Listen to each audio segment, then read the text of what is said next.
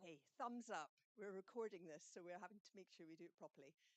Good afternoon, everybody, and a very, very warm welcome to St. Cross College. My name's Kate Maver. I'm the Master of the College, and I'm delighted to have here in our hall tonight the third in our series of Uehiro lectures. And this lecture series celebrates a strong connection between St. Cross College and the Uehiro Foundation in Japan, the Uehiro Foundation for Ethics and Education. And we're really delighted that the foundation has supported us in providing numerous scholarships for the college and in establishing the Uehiro Institute in Oxford. It goes back a long way, our relationship with Uehiro, and it's really great that they're able to support us in uh, uh, supporting excellence in the subject of practical ethics, which is a very wide discipline, but something that's highly topical at all times. So I'm very pleased to see some of our Uehiro scholars here in the audience today, as well as some senior leaders from the Uehiro Institute. And we're hoping we're going to have a really fascinating and interactive talk. I'm delighted and honored to have Professor Michael Sandel join us today to give us this lecture. And I'm now going to hand over to Fellow of St. Cross and the Uehiro Oxford Institute, Dr. Alberto Giubilini, who will introduce our speaker for us. Thank you all very much for coming.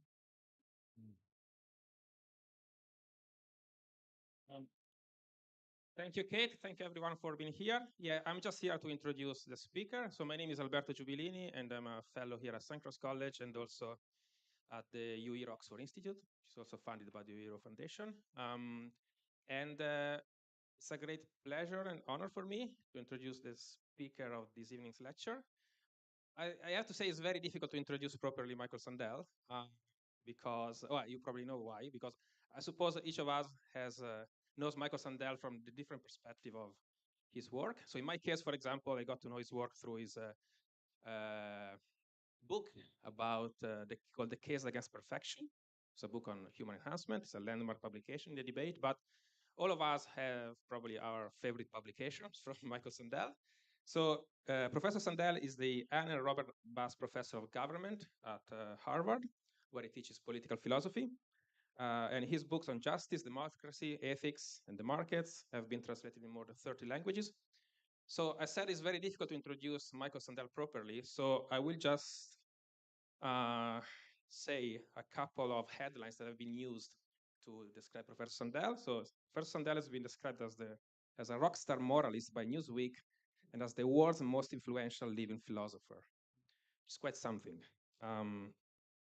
His books include The Tyranny of Merit, What Money Can't Buy, The Case Against Perfection, which I mentioned, and Democracy's Discontent. His free online course, Justice, has been viewed by tens of millions, and his BBC series, The Global Philosopher, explores the ethical issues lying behind the headlines with participants from around the world. Sandel has been visiting professor at Sorbonne. He delivered a tenure lecture on human values at Oxford, and he serves on the President Council on Bioethics in the US. He's also a member of the American Academy of Arts and Sciences. His lectures have packed such venues as the St. Paul Cathedral in London, the Sydney Opera House in Australia, and an outdoor stadium in Seoul in South Korea, where 14,000 people came to hear him speak, which is pretty much what we have here this evening, roughly. 14,000, something like that. So, yeah, I think is that a good introduction? That's more I than could go on enough. for 1 hour to introduce you, but I think people are here to listen to you and not to me. So I'm very happy to have on to Professor Michael Sandel. Thank you. Thank you.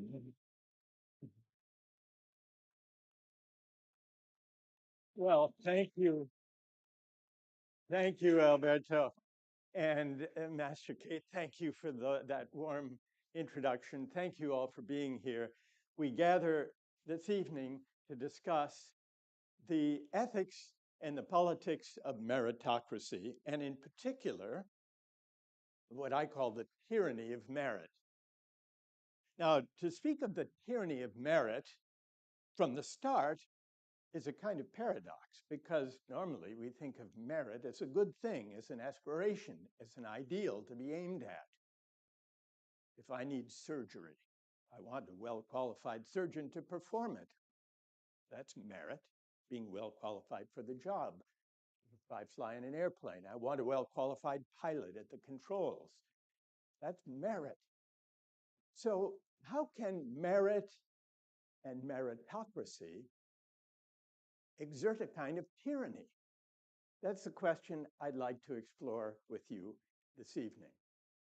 Now, to explain how merit can become a kind of tyranny, we need to step back and take a look at the shape of our civic life, which isn't going very well at the moment. And the reason it's not going well is that for the past 4 or 5 decades, the divide between winners and losers has been deepening, poisoning our politics, setting us apart. This has partly to do with widening inequalities of income and wealth. But it's not only that. It has also to do with the changing attitudes towards success that have accompanied the widening inequalities. Those who've landed on top during the age of globalization, those who've landed on top have come to believe that their success is their own doing, the measure of their merit. And by implication, that those who struggle, those left behind, must deserve their fate too. This way of thinking about success arises from a seemingly attractive ideal, a principle of meritocracy. The principle that says, insofar as chances are equal, the winners deserve their winnings. Now, we know that in practice, chances are not truly equal. Children born poor tend to stay poor as adults. We like to think that in our societies, it's possible to rise. We like to think of individual upward mobility as the answer to inequality. But how much upward mobility is there really?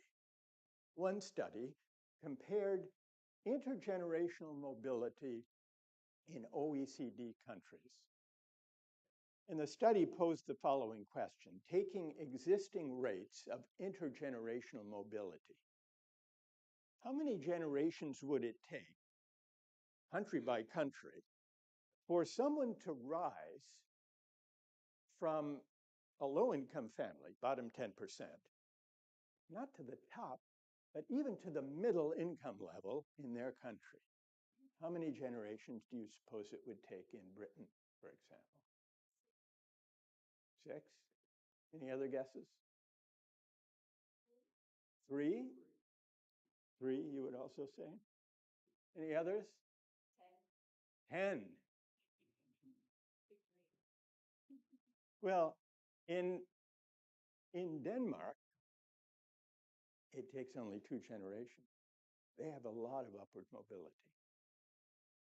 In the US and in Britain, according to this study at least, it takes 5 generations, which suggests that the American dream is alive and well and living in Copenhagen. Now,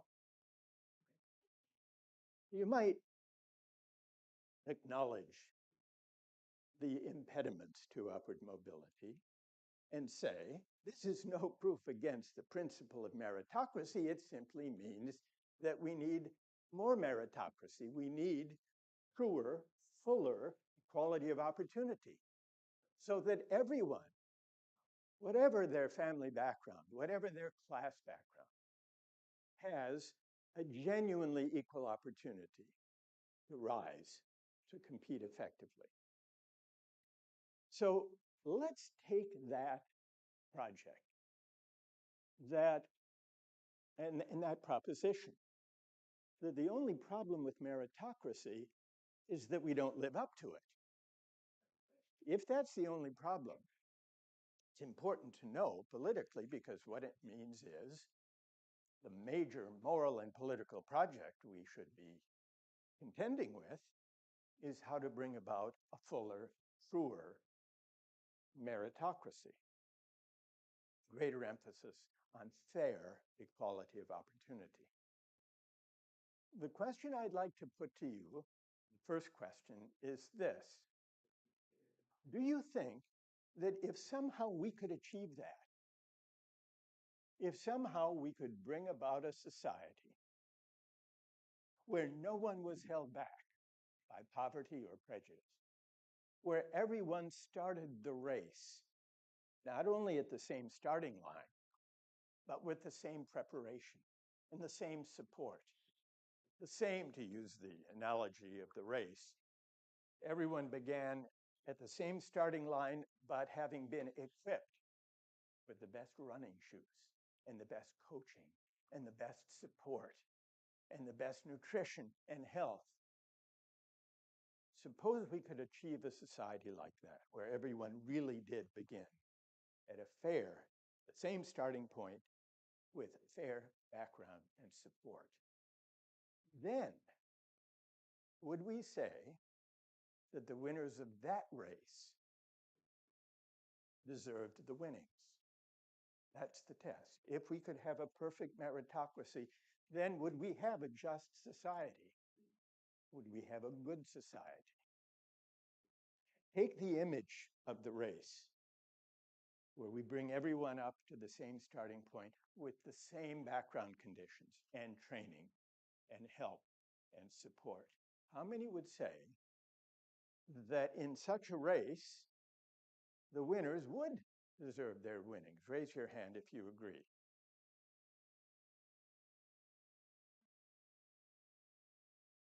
And how many would say no? Even such a race would not be a race where the winners would deserve their winnings. We have a division of opinion in the room. So let's hear why people think the way they do about this question to begin our discussion. Let's hear first from someone who thinks even a race with genuinely fair equality of opportunity would not be one where the winners deserve the winnings. What would be your reason? Yes. We'll get you a microphone, I think. Do we have people with microphones? And if you could tell us your name. My name's Yeah. can you hear me? Yeah. It's just because people could be genetically advantaged despite all these other things that you're trying to make a level playing field over. So some people are just more gifted runners. Yeah. So I might be at the starting line, and next to me might be Usain Bolt. Yes, he's taller than you. Taller. He's not only taller, he's the gold medal winner in the Olympics. Yeah, he's got those advantages. So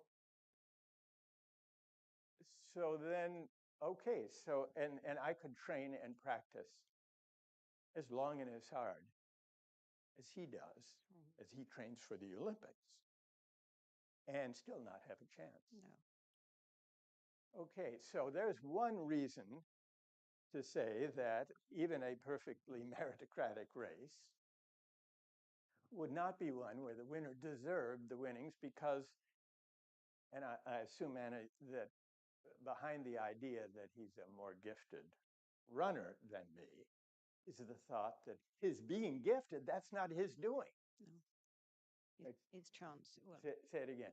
It's chance to some degree and genetics from his It's chance. inheritance. Yeah. It's his good luck. Mm-hmm. Okay, so who disagrees with Anna? Who wants to vindicate the fair race and has a reply to Anna's argument? Yes. And if you could tell us your name? Steve. Steve? Yeah, look, Stu? Steve. Steve, yeah. Yeah, the way to make the race fair is to compensate you versus Usain Bolt for the unfair starting point that the genetic lottery has given you. So if he's a better runner because he's more athletically gifted, I should be able to start, Yeah, how far in advance? If it's a running race, we've got to work out the correct handicap to give you to So make a the race handicap. fair. So would you let me start, if it's a 500-meter race, 100 meters ahead? Something like that. I would have to do the exact calculations, which I'm not qualified to do. But Well, I think I'd want about 250 meters. Fair enough. Then it would be a fair race and the winner would deserve the winnings. You mean if I started, see, I want to understand this. Yeah. If I got let's say my 200-meter advantage. Yes. And if we control everything except for genetics. Okay, so in virtue of starting 200 meters ahead in the 500-meter race, I crossed the finish line first. Would I deserve the gold medal? Presumably you've tried harder than Usain Bolt, so yes. Trying harder. So that's what matters? Even though he's a much better runner, I should get the gold because Correct. I started ahead of him? Yes. Wow, that's interesting. Who has a reply to Steve? Who disagrees with Steve and has a reply? Yes. Harold Carter.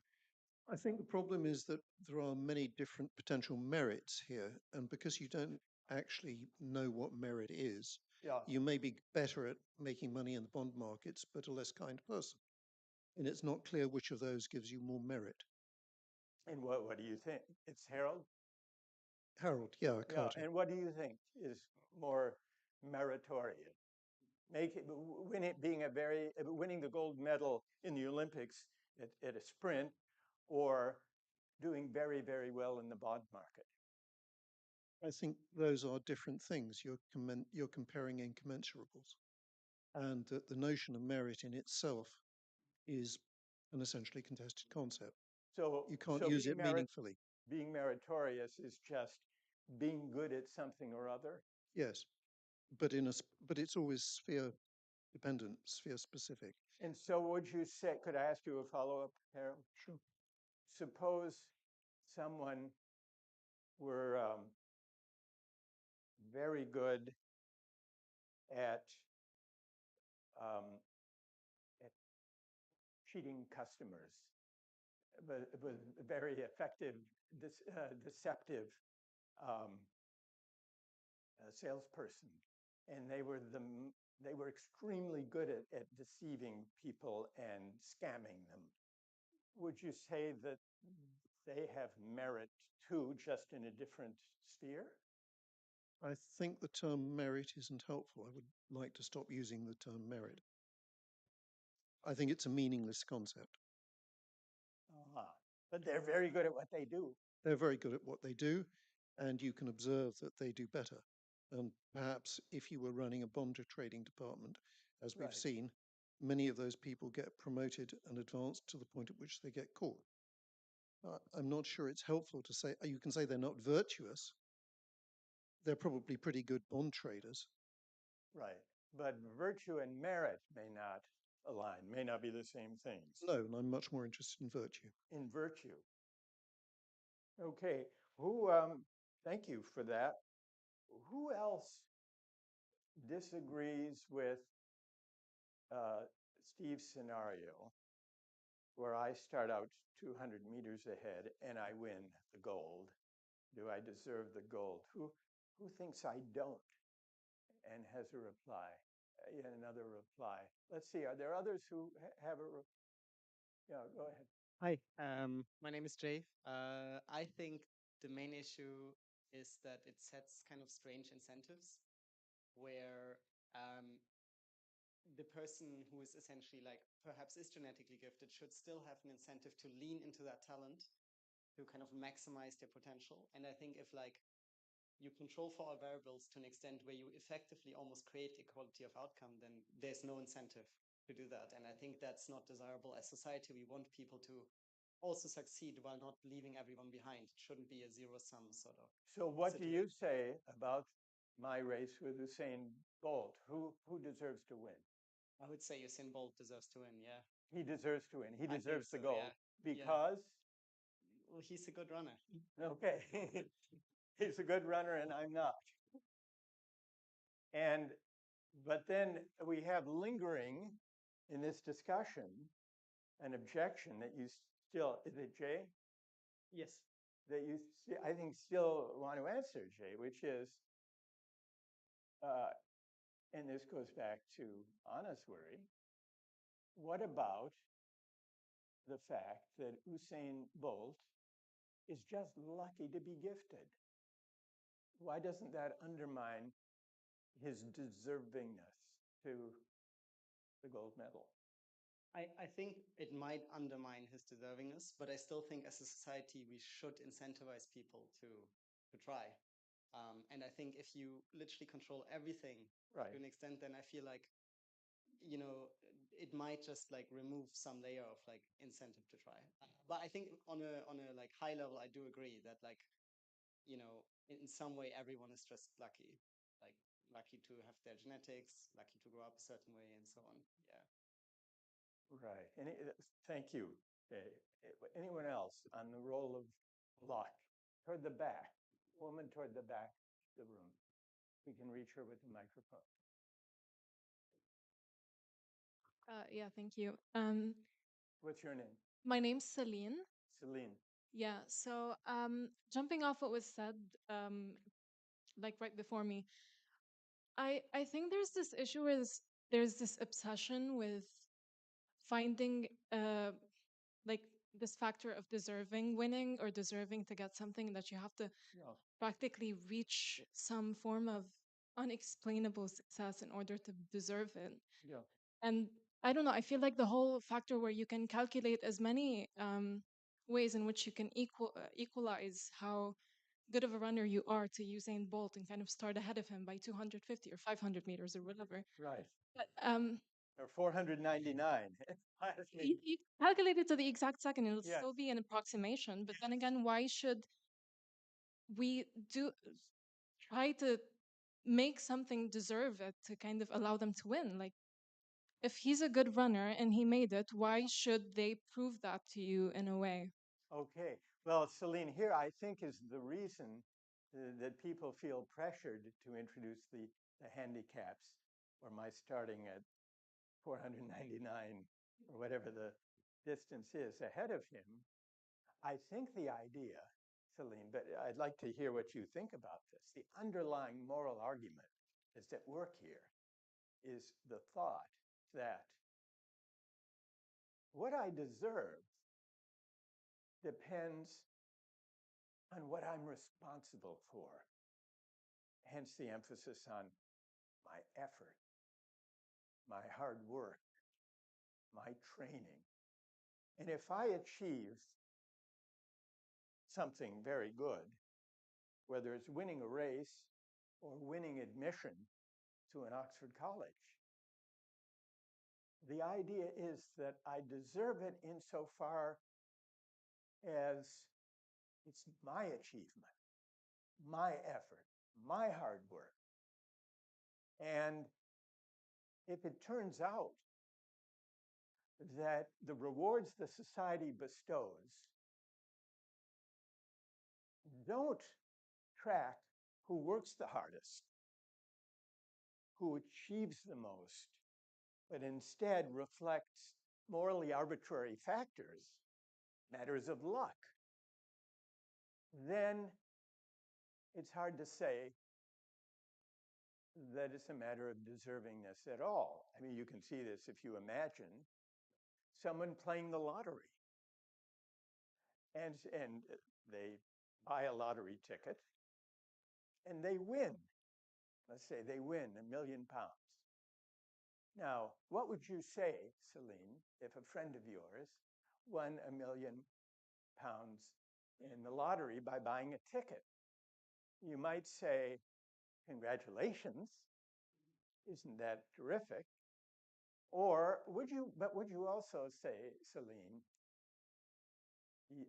good for you, you deserved it?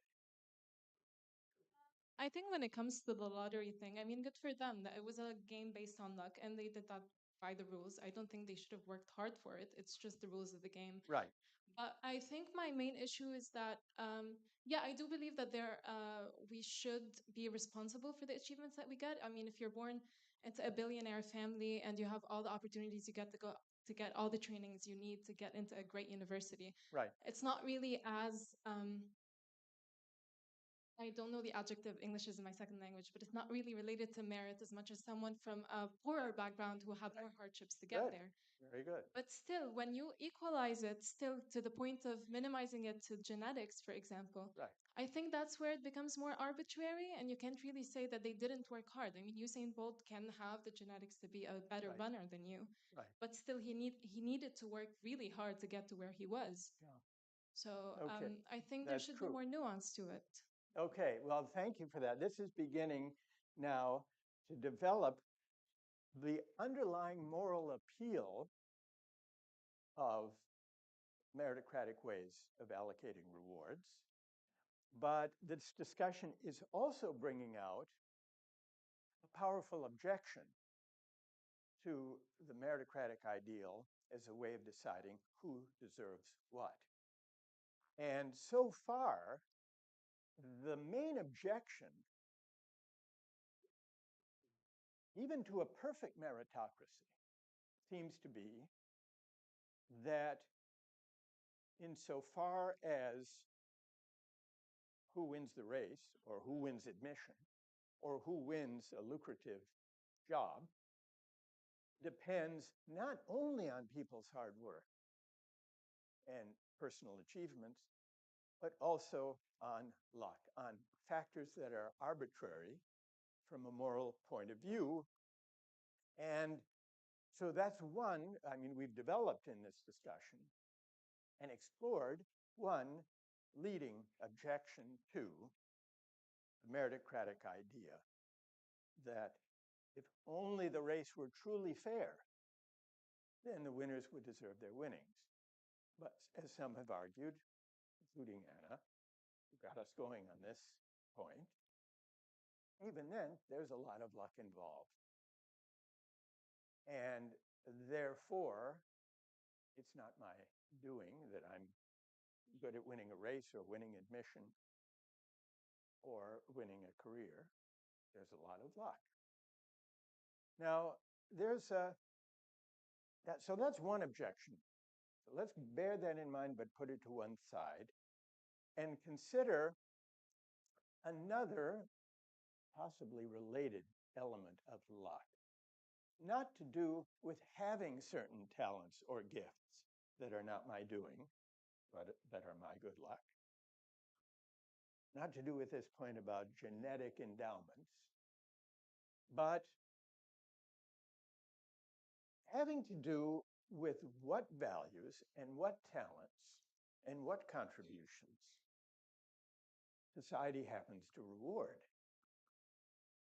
Now, here's one way of exploring that. Let's shift from Usain Bolt to someone who makes a pretty good income. Taylor Swift. How much did she make last year? Anybody have an idea? A lot. A lot. And I think according to one estimate, this is more concrete. You know, she gave a lot of concerts. She makes about $14 million per concert. Or take another figure, the footballer Cristiano Ronaldo. How much did he make last year? 200, even a little bit, counting the endorsements, I think is about $260 million last year alone. Now, compare Taylor Swift or Cristiano Ronaldo to, they make valuable contributions, impressive contributions, no doubt about it, and clearly contributions that are greatly valued by a great many people. Now consider someone else who also makes valuable contributions. Think of your most inspiring teacher in school. Can you remember? Probably you remember the name even of the most inspiring teacher you had in school. Are you thinking of that person? Now, how much did that teacher make in a year? About, just call it out. 30,000? About 30,000 a year? It would depend, I suppose, in the area, in the city, and so on. So 30, even 40, even 50,000. Now, compare that to the earnings of Taylor Swift or Cristiano Ronaldo. Would you say that the value of the contribution of Ronaldo is, what, do the math, 2,000 times greater than the value of the contribution of your best teacher in school? How many would say yes?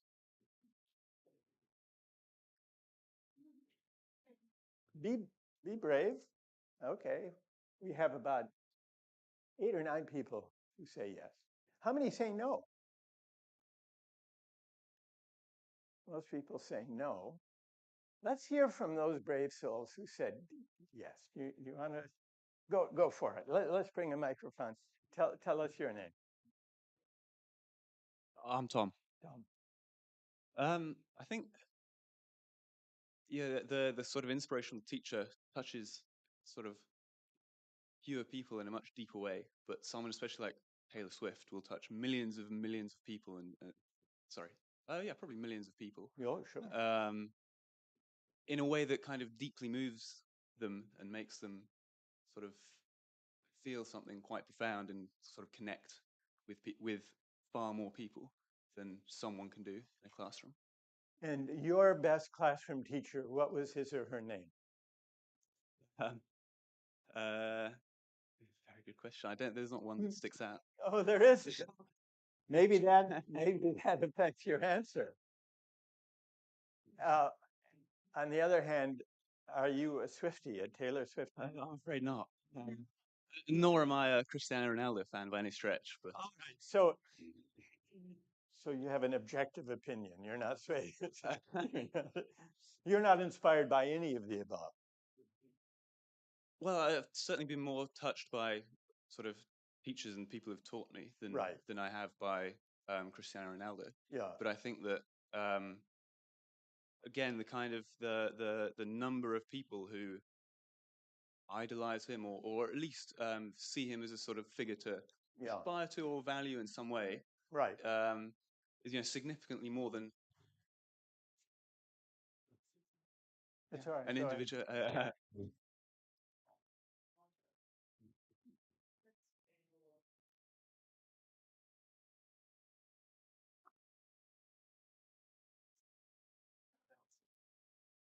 Right. Hopefully that's better. That's fine. Right.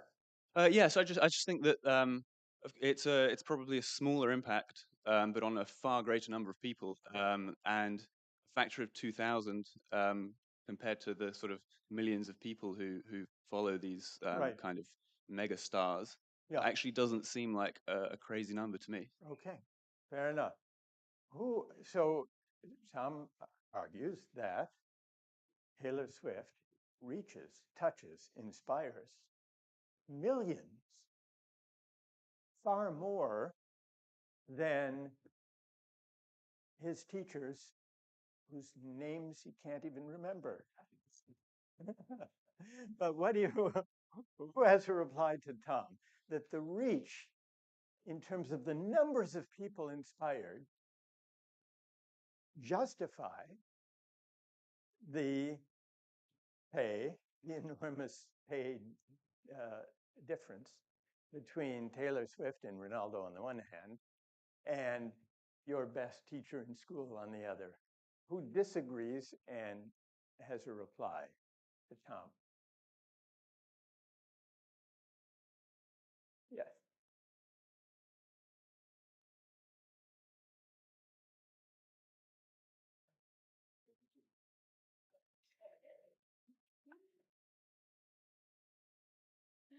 Hi, I'm Katrine. Sorry? I'm Katrine. Katrine. I would just think like, well, she's just lucky that she's a good fit for for that sort of job. Right. So the job is great and affects many people. Right. But that doesn't make her be more deserving. She's just lucky, maybe, that she is a good fit. And she's lucky that she's a good fit. Yeah. So for the purpose, like for the job, for the purpose. For this kind of purpose, would you say the same of the great footballer? He's just lucky that he's not just, he also put in the effort, but like right. The reason why I think he's sort of the best qualified is because he's just a good fit for the purpose, like for the job. Good fit for the job. So here's an element Katrina's suggesting that this is another kind of luck. Before we were talking about people being lucky to have certain talents and gifts. And Katrina is pointing our attention to another element of luck that goes into Taylor Swift making millions. And that is, she's lucky to fit the kind of role that is hugely prized these days, and likewise Ronaldo. That's good. And just in the row behind, you had a point as well. And what's your name? Yael. Yael. So I do think the question that we need to ask here is, why is it a case that we're, for example, valuing football players or singers so much? Because what happens when you look at different societies around the world, right, is that different fields, for example, academically, are very differently valued. So what we see here in Oxford, for example, is that certain faculties geographically just disproportionately attract people from certain areas, because we also know that back in their home countries, for example, these areas might be more rewarded academically, have a higher reputation. The question is, why is that the case, right? Why do we have this difference? And as I said, like, I do agree with this element of luck. I also do think there's this element of society that we, in a way, when did we agree that are the values that we agree that should form the society, then that we reward? Because in a way, the way, for example, where football is structured nowadays has a lot of historical roots. So did we ever really consciously influence that in the first place? Yeah. So I do think that's a really important element that we need to look at. Yeah, very good. So when did we agree, Yael wants to know, that we so prize football that we are willing to, that it be rewarded 2,000 times more than being a classroom teacher? When did we? Who has an answer to that? That may be rhetorical, but still powerful question of Yael. Who has an answer to that? When did we agree? And that's certainly not Ronaldo's doing. Yes. Hi, my name's Paul. So I think we're not necessarily dealing with the objection at its strongest here, because as the first respondent said, I think we can just go on metrics that we do agree are valuable, like inspiring people, bringing about positive changes in people's lives or whatever. We do, I think, all agree that inspiring people is a good thing, that causing people to connect with others socially, or all other kinds of goods that are uncontroversial are the kinds of things that should be rewarded in society. And I think we can make a plausible argument that Ronaldo has done that 2,000 times more than Rufus. Sorry, Rufus. I will name him. Rufus is your great teacher. Yeah, yeah. So he was. And what did Rufus teach you? Philosophy. Philosophy. Oh my gosh, the most important subject. Yeah. So I think there might be other good reasons why we object to teachers being paid so much less than footballers. I don't want to doubt that. But on this question of who has made a bigger contribution to society, I think there's a perfectly plausible argument that Ronaldo's contribution has been 2,000 times a given teacher. Okay, and what's your name? Paul. Paul. So, Yael, what do you say to Paul? let's see, keep the microphone there, Paul, and let's give another microphone back to Yael. I do think what I would reply to that is I do think there's this really interesting argument, especially with football or music, right? Like these are entire industries. The individual is not as much, I would say the individual is probably not as decisive as an entire industry that has made a decision for people and what should be liked and who should be supported, for example. Yeah. But I don't even think that the individual matters as much on the impact or this on the reward aspect. Like I don't think the reward aspect is as direct, or the rewarding direction is as direct as an individual just liking the work of someone, but with an entire system that makes the decision as well. So there's a filtering process happening on what is then considered a rewarding activity, for example. Yeah. So how did it come to be Yeah. that we are mad for football to the point where Ronaldo makes 260 million? How did that happen? Is it just that suddenly people's preferences were such and customers' behavior was such that this was the thing? And you're saying, well, no, there are lots of factors that went into that.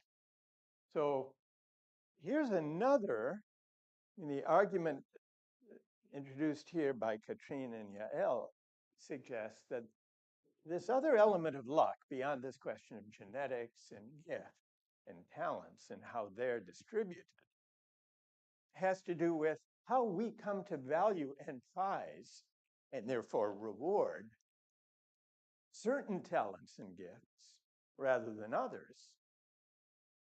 If Ronaldo lived back in the days of the Renaissance, he might well have been as great an athlete as he is today, but he wouldn't have made as much money because then they didn't care so much about football. They cared more about fresco painting. Yes? Yes. So here's a second, what this discussion has brought out is a second objection to the idea that even with perfect equality of opportunity, it would be difficult to conclude that the winners or the most successful deserve their winnings because of the morally contingent fact that society is now arranged in a way that prizes football greatly more than teaching, say. And you might agree with that or you might disagree with that, but tell me if I have the drift of your argument, Yael and Katrine. Whether that's a good thing or a bad thing, it's not Ronaldo's doing.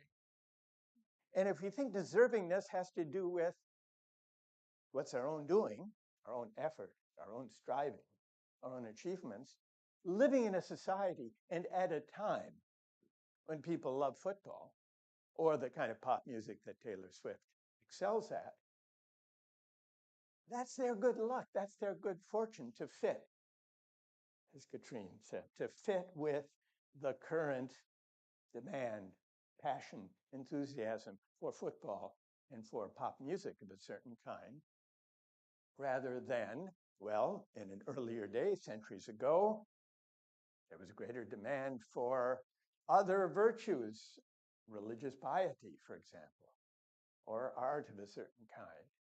And so that too can't be said to be their own doing. So two morally contingent elements that shape rewards, even with fair chances, elements that are bound up with luck and factors that are arbitrary from a moral point of view, from the standpoint of the person exerting the effort or making the achievement.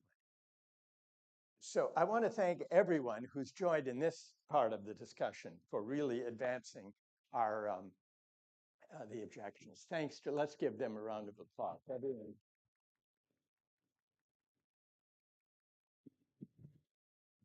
Now,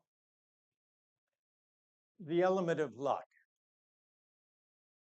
is what we've arrived at as an objection in two respects to the idea that even against fair background conditions, it's hard to say the winners deserve their winnings. These are two familiar objections to meritocracy as a way to adjust society or adjust allocation of rewards. But there is a third objection that is not, strictly speaking, an argument about fairness in distribution. And it's this third objection that accounts most directly for the way in which merit today has become a kind of tyranny that's driven us apart. And this has to do with the attitudes towards success that even a fair meritocracy, that especially a fair meritocracy, cultivates and promotes. This third objection is not about fairness, it's about the common good. It's an objection to meritocracy that says,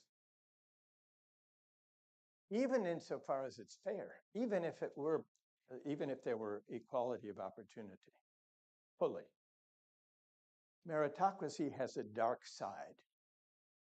And the dark side is that it's corrosive of the common good. Here's how. By teaching us that we are responsible for where we land. Meritocracy leads the successful to believe that their success is their own doing, and cultivates, therefore, in the successful, a certain kind of hubris,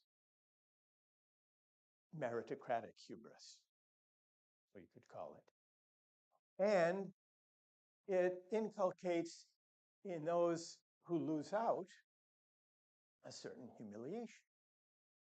Because insofar as where they land is a verdict on their merit, on their achievement, the message it sends, even a fair meritocracy, is you deserve your place. This was, another way of putting this is to say that meritocracy leads the successful to inhale too deeply of their own success, to forget the luck and good fortune that helped them on their way, to forget their indebtedness to those who make their achievements possible. And it leads them to look down on those less successful than themselves, to say, well, you earned your place too. What's interesting about this third objection, about the attitudes towards success that meritocracy cultivates and promotes, is that perfecting the meritocracy does not lessen the corrosive effects on attitudes towards success. It deepens their hold. Because the closer we come to a society where chances are truly fair, the greater the tendency of those who win out to say, everyone had an equal chance, I made it. You didn't. Interestingly enough, this was the objection to meritocracy that was anticipated by the person who coined the term, Michael Young, a British sociologist affiliated with the Labour Party, in the late 1950s, coined the term meritocracy in a short book called The Rise of the Meritocracy.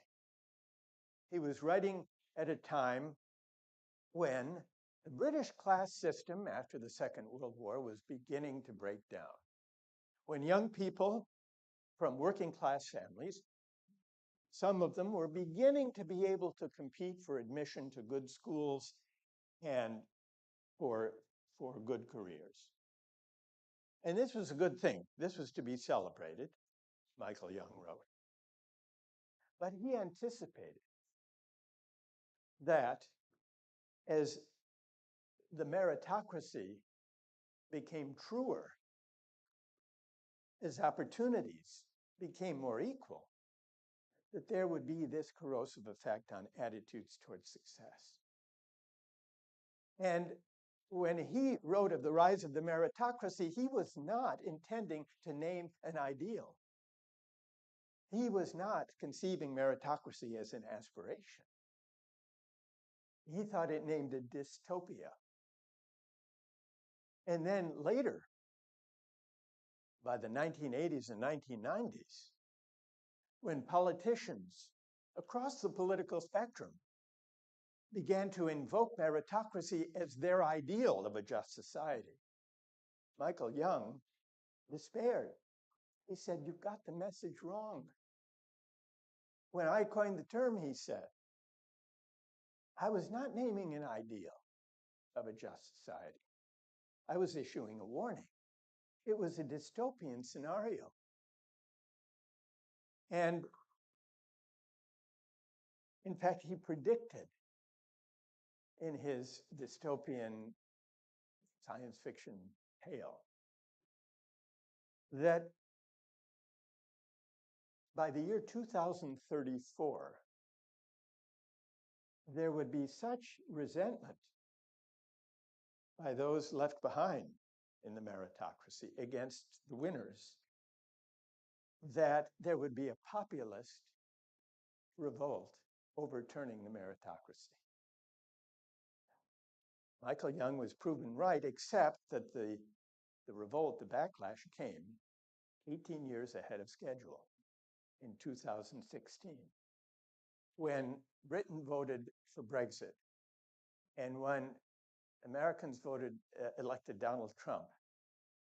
In both of those votes, one of the most potent sources of the politics of those votes was the sense among many working people that elites looked down on them, a sense of resentment, a sense of grievance.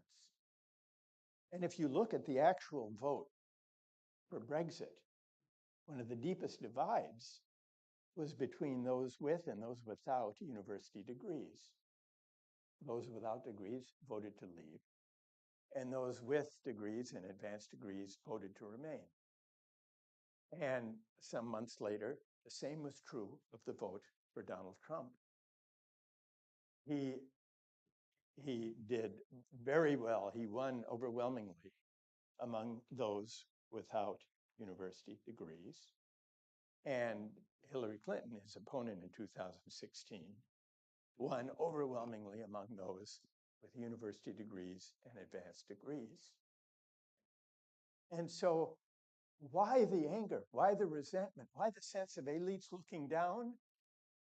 One way of understanding the way this politics of populist backlash against elites unfolded arises from this picture of the attitudes towards success that a meritocratic society cultivates and promotes. So that today, the deepest divide, look at the last American election, Kamala Harris versus Donald Trump, there was a lot of discussion of the gender divide, and there was a gender divide in the voting. But even wider than the gender divide in the voting was the diploma divide. Education has become the deepest cleavage in voting in many democracies, including in the US and in Britain, and looking at the European populist parties, right-wing populist parties. Parties and politicians who channel and give expression to the resentment of working people who feel looked down upon by elites, not by any and all elites, not by elites understood as wealthy people. Trump is wealthy. But elites understood as educational, well-educated elites, well-credentialed elites, the professional classes. In fact, it's interesting that if you look at the populist backlash, the primary victims politically have been center-left parties, which may seem counterintuitive. Why the center-left party? The Democratic Party in the United States, the Labour Party in Britain, the Socialist Party in France, the Social Democrats in Germany, and elsewhere. It's because over the last 4 or 5 decades,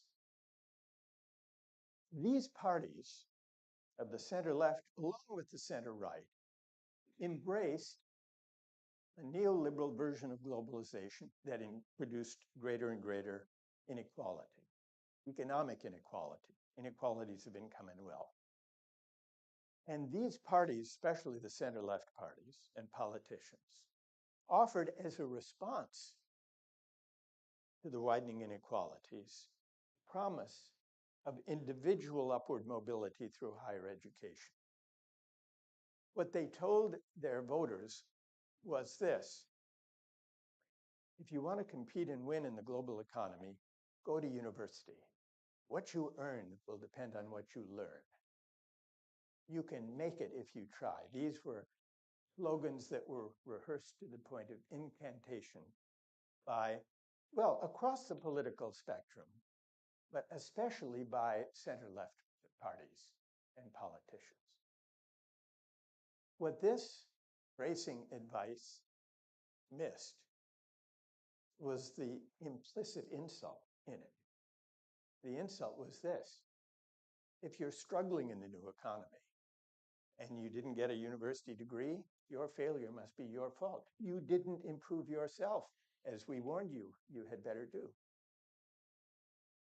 By offering individual upward mobility through higher education, the mainstream parties, and especially the center-left parties, failed to understand the insult they were inflicting on working people without a degree. And they fed unwittingly the anger against well-credentialed, well-educated elites. And these parties, the center-left parties, became more attuned in their outlook, in their interests, more attuned to the professional classes and to the well-educated classes than to the working people who once constituted their primary base of support. And so we've seen the traditional pattern of social democratic parties being parties of the working people, parties of the people against the powerful. That's the traditional pattern. Going back in the US to FDR and the New Deal, going back to the traditional Labor Party from the end of the Second World War. People without degrees voted Labor or voted the Democratic Party because they stood for a greater measure of equality than those parties on the right. That's flipped. Now the right-wing populist parties win the support. We see this with Donald Trump. We see this with Reform. We see this with Marine Le Pen in France.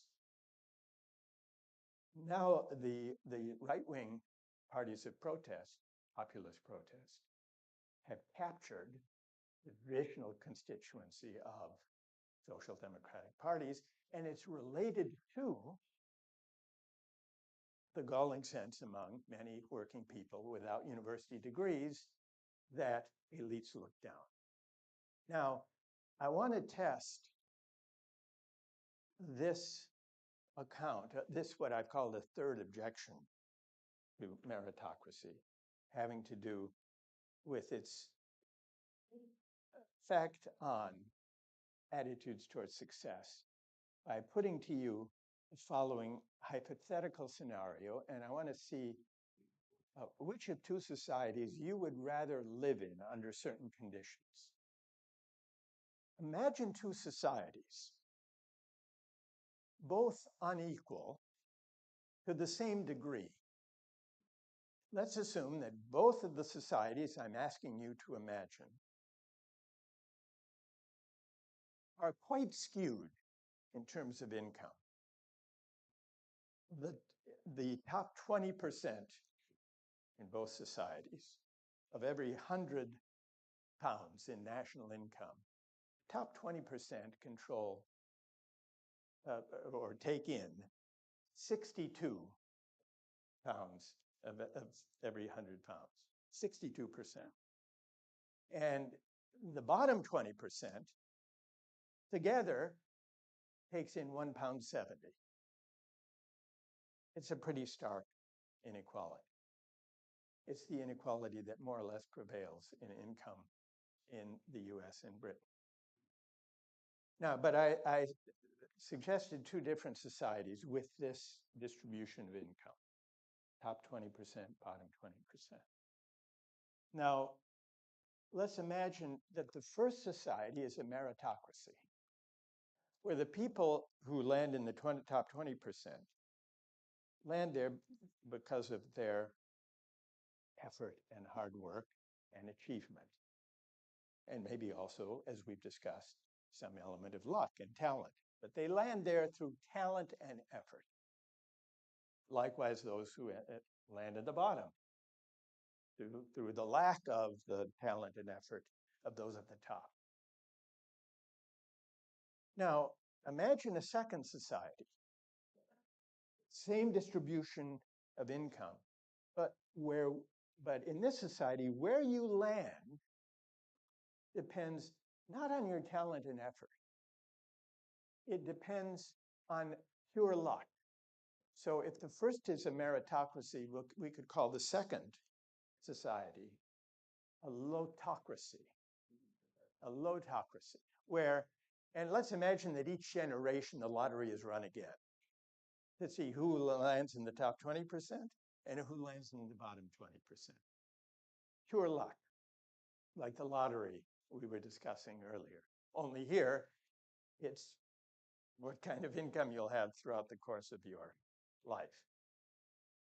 Now, here's the question. Which society would you rather live in if you knew that you would wind up in the top 20%? Let's take a vote on that one. If you knew you were going to land on top, which society would you rather live in? You're going to get the 62% either way. So how many would prefer to live in the meritocracy if you knew you were going to land on top? And how many would prefer to live in the meritocracy if you knew you were going to land in the bottom?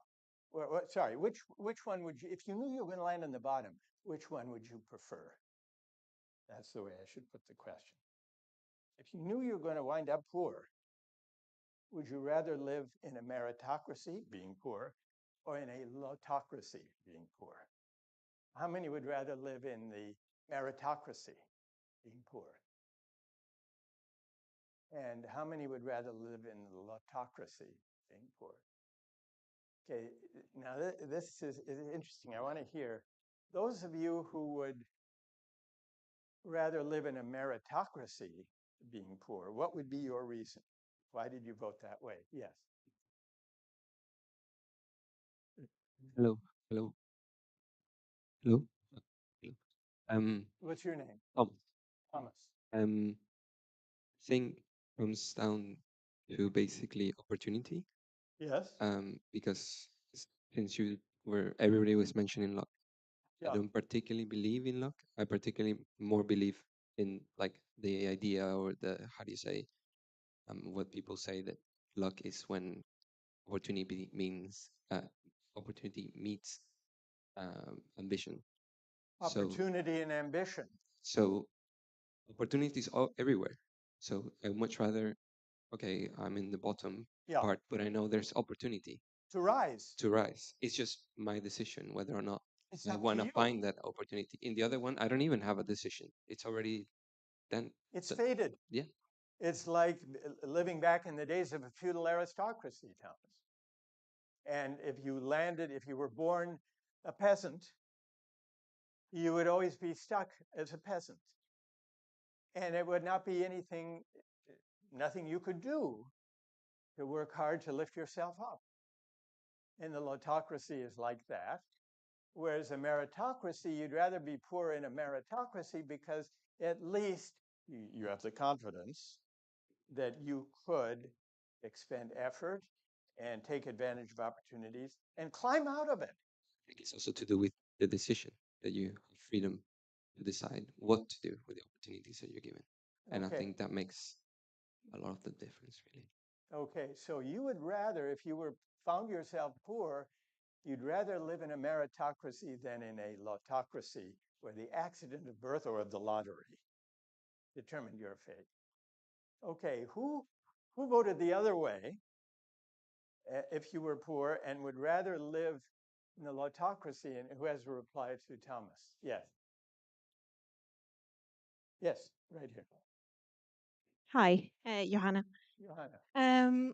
Well, I would rather live in a lotocracy because I guess I would like to believe that if everyone in the society knew that this was based on luck, it would also foster a greater sense of community or a greater sense it would do what, say, foster a greater sense of community. Okay. If everyone knew that your lot in life was based on luck, then it also wouldn't be that element of thinking that you deserve it or others do not deserve it, which would foster the way for a society of more community and supporting others in different hierarchies in the society.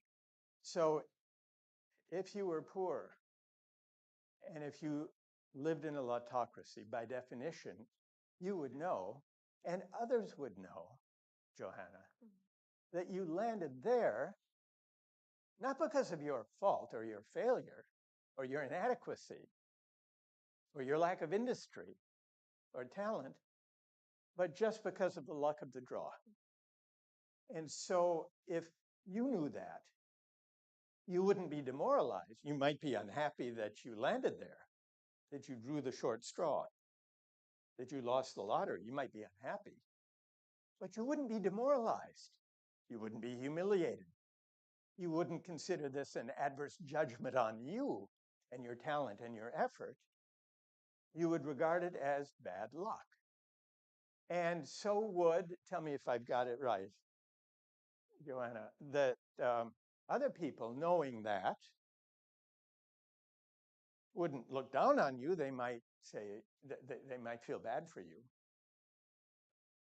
They would regard their own being at the top as equally a matter of luck. And therefore, you think that this might foster a greater sense of community and mutual obligation on the part of those at the top to lift up those at the bottom, knowing that their place was a matter of luck, and so was the place of the person struggling. Do I have it right? Yes. Okay, so that's why living in a lotocracy would be less onerous, less morally onerous, and debilitating and demoralizing and humiliating than being at the bottom of a meritocracy. Okay, this is a powerful argument. That it's Johanna. Yes. That Johanna has made. Who would like to reply? Who would like to reply? Yes, the person sitting right next to Johanna. Hi, my name is Thomas. Tom. I'm more into the meritocracy because I think that the question is how big is the cake? The meritocracy we generate a much bigger cake. So even if you are in the lower 20% in meritocracy, you are much more profitable than if you are lower 20% in a non-meritocracy society.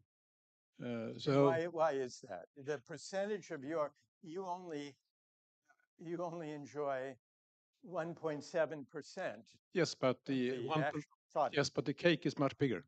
the 1.7% of a cake, which is maybe 1,000 times bigger, because the bureaucracy be much more efficient of optimizing the resources of the society. So if people believe that where they land is a verdict on their merit and hard work, they're going to work a lot harder and create more economic productivity than if they believe it was just bad luck that they landed there. Yes.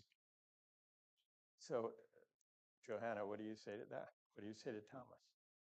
Well, I think there's a lot of assumptions in that argument of a meritocracy by default generating more wealth than a lotocracy. Because if you're going in on the assumption that the wealth distribution is equal, why can't we go in on the assumption that the cake is as big in a lotocracy as a meritocracy? I don't fully follow. So you don't think it's necessarily true that the efficiency argument is a contingent argument that might be true in some cases and not in others. But Joanna, don't you think that the sense of humiliation or demoralization that comes if you're poor in a meritocracy is a spur to working harder, being more productive, and therefore, as Thomas suggests, helping create a bigger pie, better productivity? Not necessarily so. I think the meritocracy element of fostering the sense of competition also strengthens this notion of just, well, basically just giving up. This idea, whatever I do, I don't have a chance anyways. The system's against me, the structures are against me, and no matter if I work hard, I'm not getting anywhere. I think a meritocracy and this notion of it's up to you. If you feel that everything you do fails and doesn't get you where you want to be, I think that's much more demoralizing than it is incentivizing for a large number of people. So if in a meritocracy, people worked hard but didn't get ahead, that would be sufficiently demoralizing to lead many of them, at least, to give up. And so on that assumption, you're saying to Thomas, it might not be more productive. People might check out or give up. Who else has a view about this discussion? Yes. Do you hear me? Yeah. I'm Giovanni. So I'm a bit confused about I think like the autocracy has been compared to feudalism, but it looks very different from like one key detail that the draw is made every generation. This I think changes completely what we're assuming that the lottery is run unlike the feudal aristocracy, which is not run redone every generation. Yes, because the lotocracy is. So that leads you to be friendlier to the lotocracy than to feudal aristocracy. Yes. I can understand that. But which did you vote for if you were poor? Which do you rather live in? I voted for lotocracy for this specific reason. So I think like I don't really like the argument that in feudalism was a system that was actually happening, and this sense of like helping the poorest from the richest did not happen at all. Ah, okay. Well, that's an argument to put back to Johanna. What about that? If the well, let's. I mean, that's a good counter argument. The counter argument is that in a feudal aristocracy, those at the bottom also had no reason to believe they were at the bottom because of their own personal failures. They had the bad luck to be born to a poor family. And yet, what's your name again? Giovanni. Giovanni says, did that create any great sense of solidarity and mutual obligation and those at the top lifting up the bottom? What about that? Maybe not necessarily from top to bottom, but I do think it did at the bottom. There was a greater sense of community. There was a greater sense of helping each other out in feudal aristocracy. And when I would say it is today, I do think, even in a feudal aristocracy, I do think a lot of people think they deserved to be on top.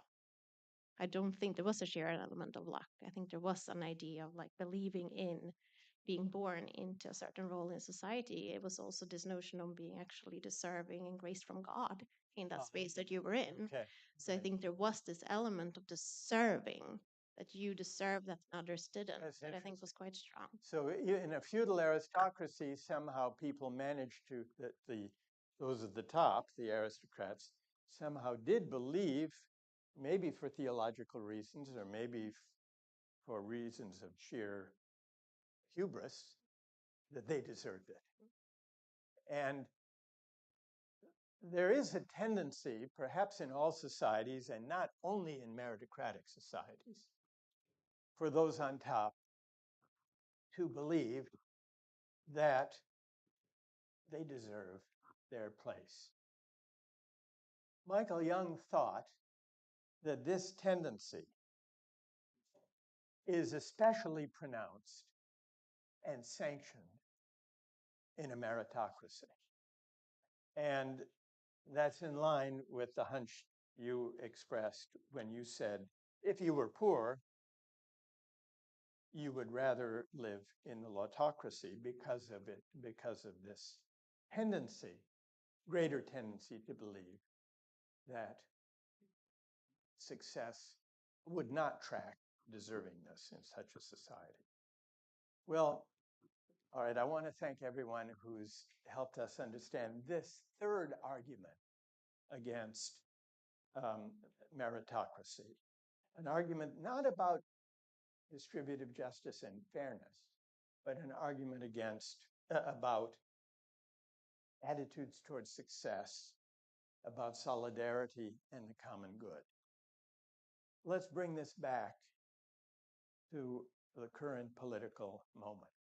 One feature of the current political moment is that universities and higher education have become targets, perhaps especially in the US with Trump's attack on my university, among others, have become targets of the backlash against elites.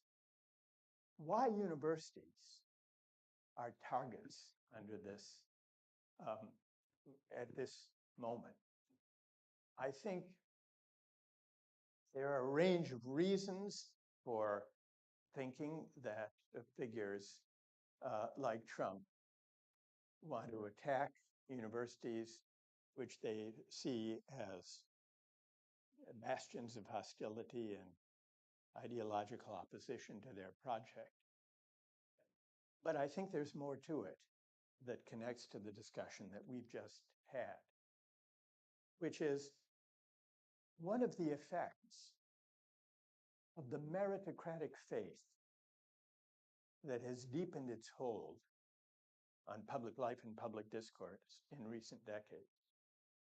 One of the effects has been to assign universities and higher education a special and central role in a meritocratic society, because universities, after all, are the institutions that define the merits and that confer the credentials that a market-driven meritocratic society honors and rewards. This has made universities, especially competitive selective universities, more central than ever to social and public life. It has intensified the competition to win admission. It has raised the stakes of who gets in and who doesn't get in. And in the meantime, the so-called college premium, the difference in earnings between those who have degrees, especially from prestigious places, and those who don't, has widened. But this comes at a cost, this centrality of higher education in the meritocratic project. And The cost is of two kinds. First, I worry, though it's made what we do more central to the society, it's enhanced the centrality and the prestige and the influence of higher education. It's converted universities into sorting machines for a meritocratic society.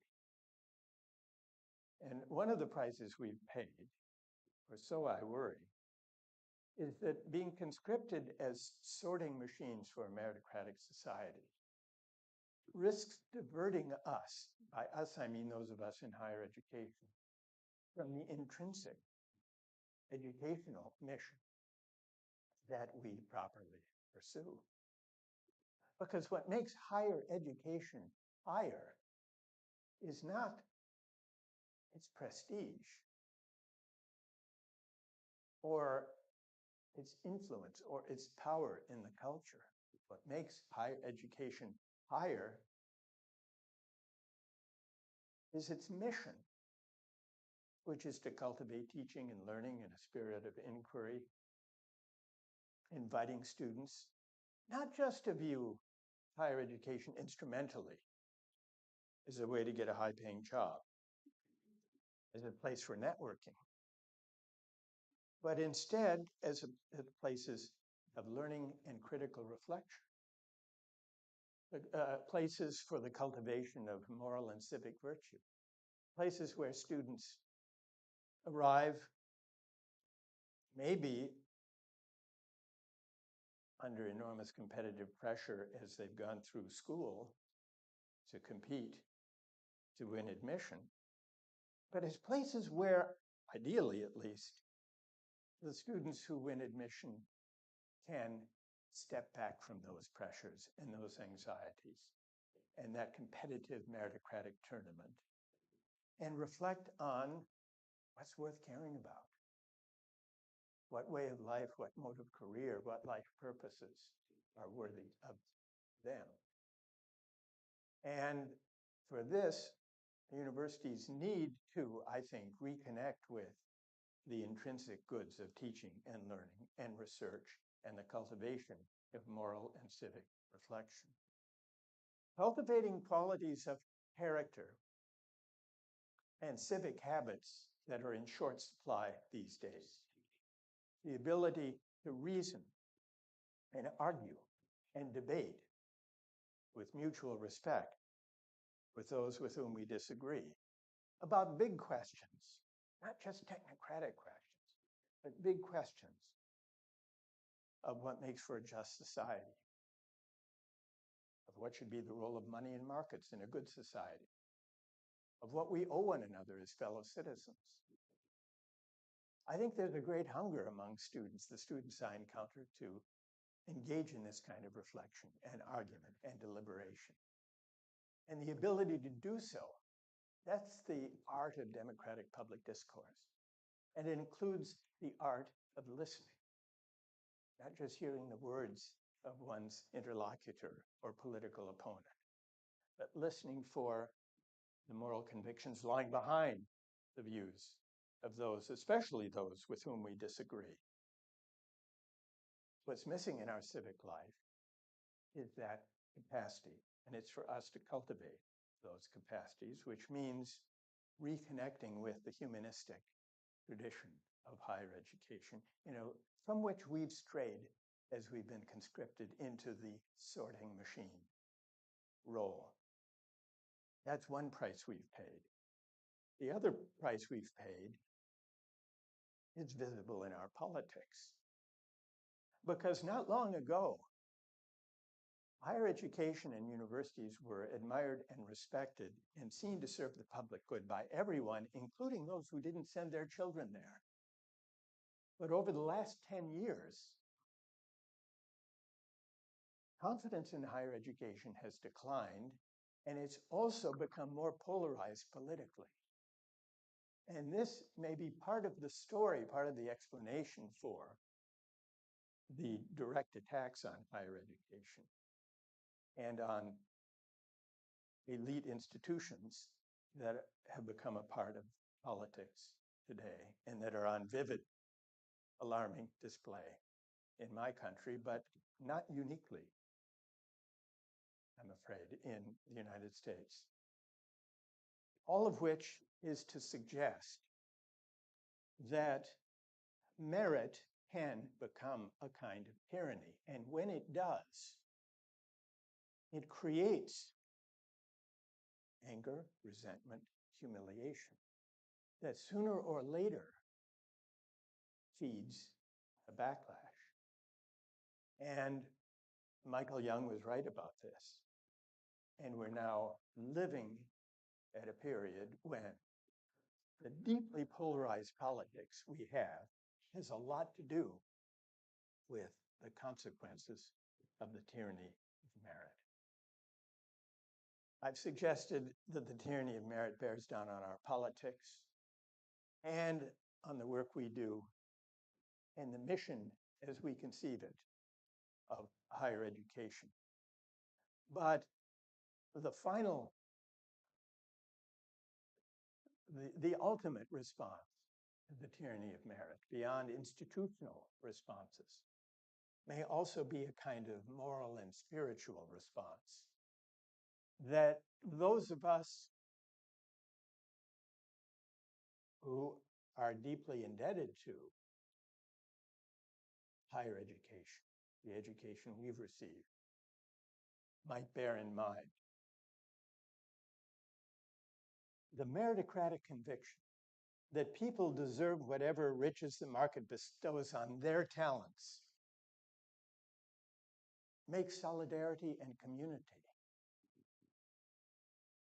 an almost impossible project. Because why, after all, do the successful owe anything to the least advantaged members of society? The answer to this question depends on recognizing that for all our striving, for all our efforts, we are not self-made and self-sufficient. As we've seen in this discussion, finding ourselves in a society that prizes our talents is our good fortune, not our due. Recalling the role of luck in life, recalling our indebtedness can prompt certain humility. The kind of humility that enables us to look on those who struggle and to say to ourselves, there, but for the accident of birth, or the grace of God, or the mystery of fate, go I. That could be me. This spirit of humility is personal virtue worth cultivating, but it's also a civic virtue we need now. Perhaps this spirit of humility can point us beyond the polarized moment in our politics. Perhaps it can point us, this spirit of humility, beyond the tyranny of merit toward a less rancorous, more generous public life. Thank you all very much.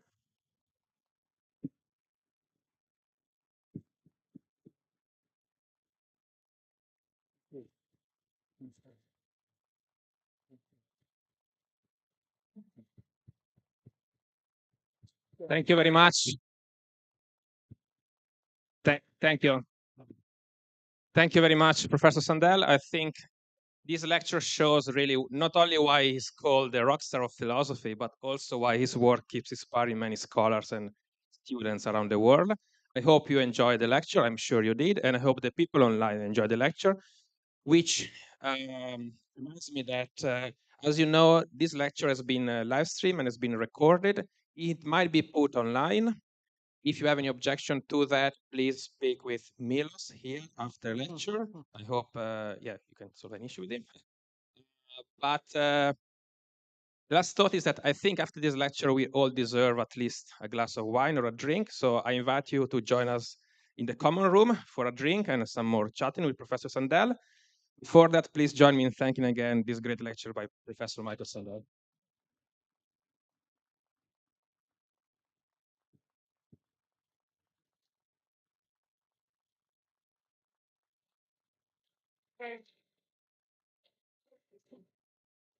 Wonderful. Very much. Sure. Thank you. Fun. And then, thank you. Thank you. Okay. I'm not playing. Okay, wonderful. Not playing. Okay, I look forward to it.